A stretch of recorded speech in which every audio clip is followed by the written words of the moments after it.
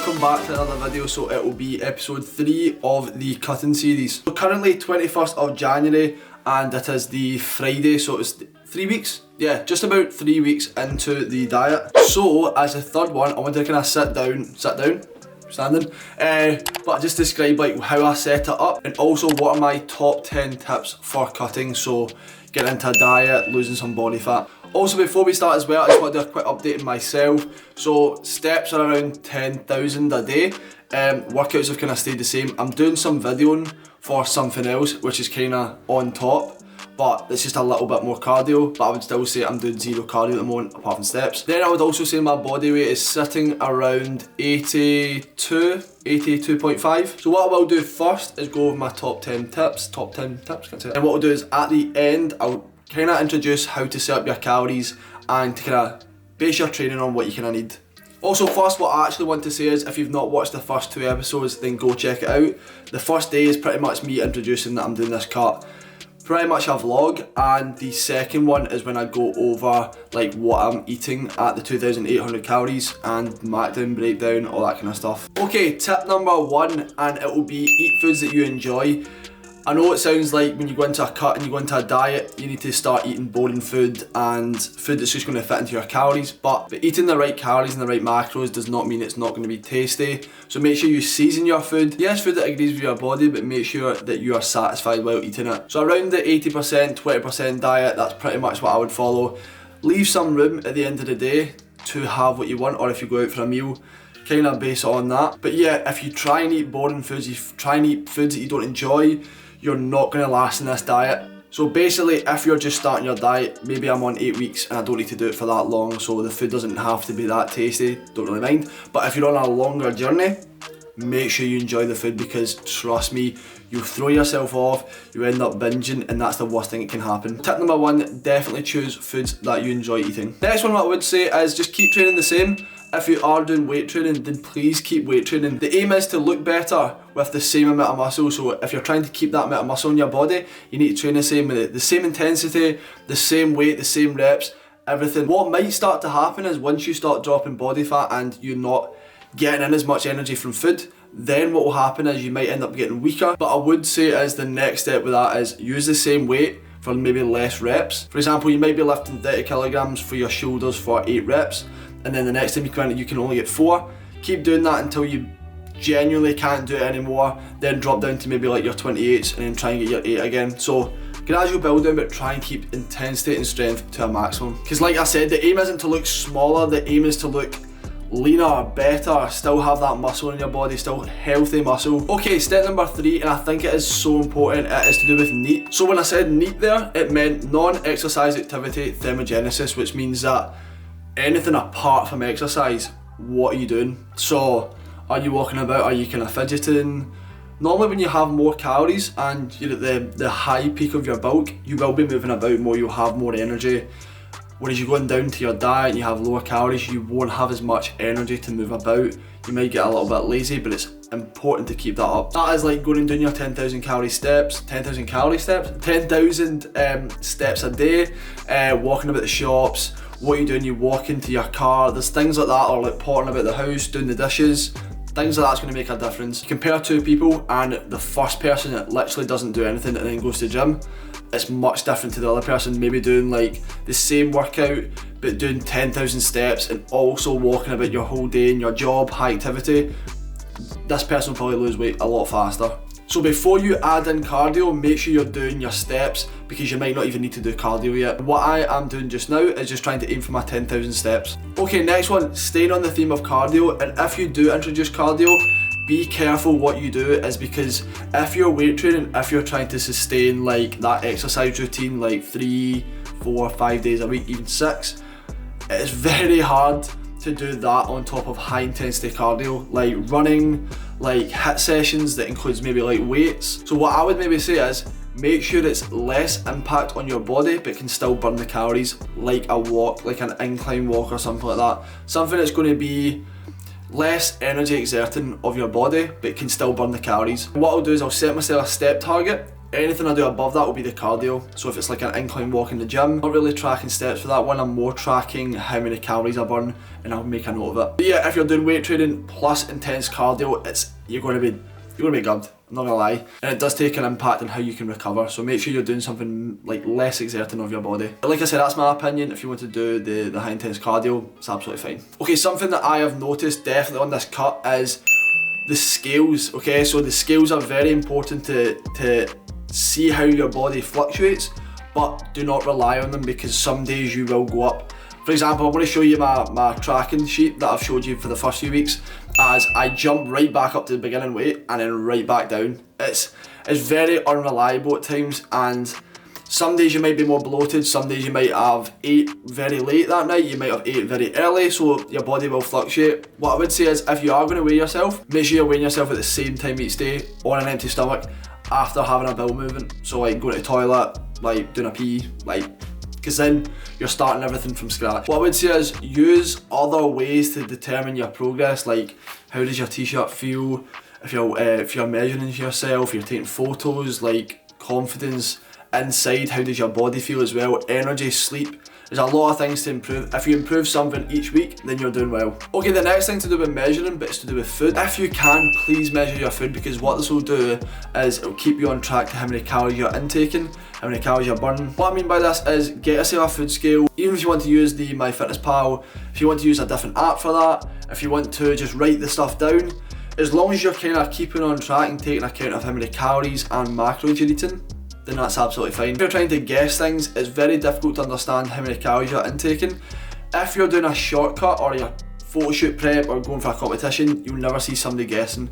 You'll always make sure they're on point. If I was going for like a whole year, 2 years or whatever, I'm just doing my weight loss journey, then I probably wouldn't track. I would probably just get into my healthy habits by eating right, by understanding what goes into my body, but don't force myself to try and stick to those calories, because it is a journey. So what I would say is, it's dependent on where you are on your journey. So if you're just starting off your weight loss journey, maybe not track, maybe introduce tracking when it gets a little bit tough.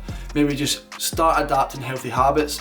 If you're only doing a short journey, or like a short 8-week, 10-week competition or whatever it is, you will need to track. It's as simple as that. Third thing I would say is, make sure you are healthy enough to track, because I know before, like 3-4 years ago, it was very difficult for me to get away from tracking, because it had a negative side effect on my mindset towards like eating. Okay, next one I'll talk about this point as like refeeds, rest days, deload days, deload weeks. So quickly just run through everything. So this is when your body needs a rest. How do you kind of know? So rest days are very important. So I'll quickly just say that rest days are very important, as this will be the time where your body starts to recover, your muscles start to recover, and probably build new tissue, okay? If you're just going 7 days a week, you will be gubbed. You'll not sustain it, simple as that. Second one, deload sessions. Gauge this on how your body feels when you're training, or when you're doing cardio. If you feel very lethargic, you can't really eat, you can't really concentrate, you can't like lift near anywhere you've done before. Deload sessions or deload weeks depend on how you really feel. If you really do need 3-4 days off, that's absolutely fine, just keep up to your steps. Or another way of doing a deload is actually going back into training, but cutting the volume right down. Let's just say I was going for 3 sets or something, maybe go down to 2 sets, maybe go down to 1 set, maybe not even pushing towards failure, like making sure intensity is right down for maybe 2, 3, even a full week, and then going back on. In terms of refeed days or meals, then kind of gauge it on how you're looking. If you're very flat, very cold, very everything. Firstly is, if you're only doing an 8-week, then I would say just suck it up. The second thing I would say is, if you're doing a longer cut, like a full-on journey, then a few like days on a little bit higher carbs, a little bit lower fat is what you need. Carbs is going to be the thing that gives you energy to do the workout, to give you just energy for everything in your day. If your carbs are quite low, you will not have energy to burn more calories and to burn more body fat.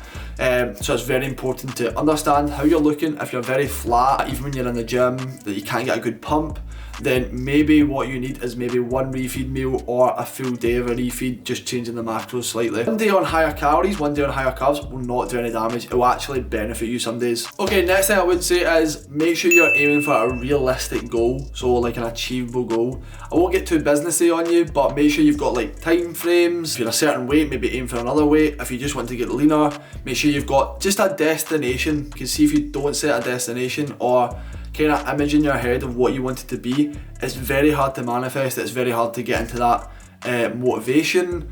I would say just set yourself an end goal, because what you do is after that, and if you're on a diet for so long, definitely will need a break. You will need something to kind of break it up. There's nothing worse than starting something and not really having that main goal and having that motivation to get there. So I would definitely say make sure the goal is achievable, so you're not downhearted if you can't get there at a certain time. Just keep pushing, but make sure you have that end goal. So in terms of my weight goal, it wasn't drastic. I actually only wanted to drop maybe like 5-6 kilos. I thought that was a kind of good aim for the 8 weeks. And 8 weeks is kind of my destination anyway, so after 8 weeks, no matter how I look, stepping right back on the lean bulk. Okay, second last one, what I would say is just be consistent. Like, I feel like nobody says this, and it's just, no matter what you're doing, no matter how you go into this diet, no matter how you go into this cut, training wise, steps, anything, be consistent. Imagine like 60% of everything you need to do to be successful is consistency. Yes, it's okay having perfect plan on paper, the perfect calories, perfect macros, perfect training, perfect steps, but see if you don't do that every day, see if you don't do that every week, every month, it's going to be very hard to achieve your goal. So if I'm going to say something, set yourself up a good plan and just be consistent with it. If it's like 8 weeks, 10 weeks, 48 weeks, a year, be consistent with it. Okay, my last tip that I would say is don't play all your cards at once. So this comes under like calories, cardio, steps, everything, and this means don't increase everything at once and don't drop your calories all at once. So set yourself the starting point at the highest starting point you can. So for example, myself, I was on around 3,500 calories, no cardio, steps are around 2,000 odd. So my starting point was 3,000 to 2,800. My step count was 6,000 every day. Cardio was 0. And then I would just try and build up over time. So for example, now after 3 weeks, I'm at 10,000 steps, still no cardio, and still 2,800 calories, and made that drop. So I've made that drop in weight. Reason for this is if you're doing a long time, if you're doing a shorter time, that's absolutely fine to kind of cut down a little bit lower. But what I would say is if you're trying to get into a sustainable cut that's going to last you, it's going to make the best progress, going to keep the muscle, you're going to lose fat effectively, then I would say is make sure you're doing things gradually, and that's why I said don't play your cards at once. If you want to introduce your cardio 1 week, a little bit more cardio, a little bit more steps, absolutely fine. If you want to drop calories 1 week, it's absolutely fine. Just make sure you're just doing little bit by little bit, and what I start is, instead of doing everything at once, because what will happen is you end up hitting a brick wall. Trust me, you don't want to hit a brick wall, because then you're like, what the hell do I do now? Make sure you're introducing things every week, every month. Just make sure you've got them in your back pocket, if that makes sense. Okay, what I did say was I wanted to tell you or explain how I would set up your calories and how I do it for clients. Yes, you could use calculations and stuff like that and formulas, which is absolutely fine. Like, it probably will give you the perfect calories for what you need. The aim is to understand what they're already eating. So maybe giving yourself 3-4 days of tracking down the foods. So giving you the responsibility to find out what you're eating already.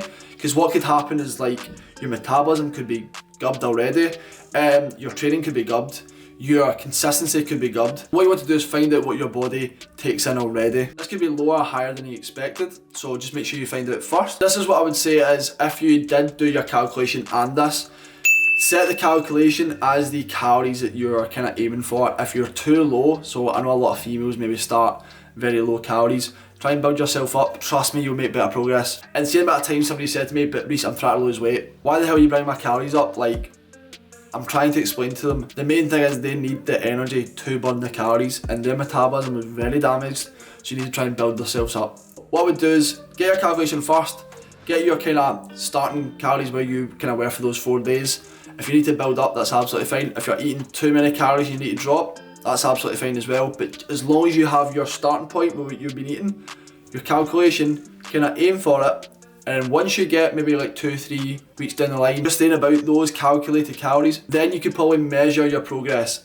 So what I would say is calculate or find out what calories you've been eating already. Calculate what the formula says, what kind of calories or macros you've been eating, and then kind of go from there. In terms of macros, I'll quickly just break it down, but your protein intake should be around 1 gram per pound of body weight, and then your fat should be around like 0.5 per pound of body weight, and then your carbs just make up the rest. The next thing I would say is training, so just make sure you base it around your schedule. Very simple. If you want to follow a certain split, make sure it can work around your schedule. So if you're working Monday to Friday but you've got the nights off, it's absolutely fine, you can probably fit it in. If you're based, like, if you're working the Tuesday, the Thursday, the Friday, the Saturday, you may want to do it on your days off. So make sure you can kind of gauge it. So make sure the volume is perfect for your muscles. So I look to try and train the muscle twice a week. So for example, chest twice, shoulders twice, back twice, glutes twice, quads, everything pretty much twice. But I'm not training it on its own. For example, the shoulders and chest will be in my push workout, which I'll do as part of the push workout and upper. So it just depends, but I can put a few examples on the screen so you can kind of understand what I mean anyway. What I will say is, if you're looking for any coaching, online coaching, I'm taking on clients now. What I'll do is I'll put the application in the bottom to apply for the online coaching, and it's very simple to set up. If you enjoyed a video like this, and if you enjoy more informative content on your cut to try and help you, as much as help myself, but it definitely help you, please drop the video a like. If you are not subscribed to the channel, please do so. It's just in the bottom somewhere, I can't honestly remember. And if you can, hit the alarm bell, as this will notify you when I've uploaded a new video, and it could be the next episode to this cut or another one like this. What I'll do is I'll leave my Instagram and TikTok here. If you want to head over to my Instagram, you can pop me a message if you're confused about anything, any more questions, or you just want to come say hello, that's absolutely fine. But yeah, people, stay safe, stay positive, stay grateful, and I will see you in the next one.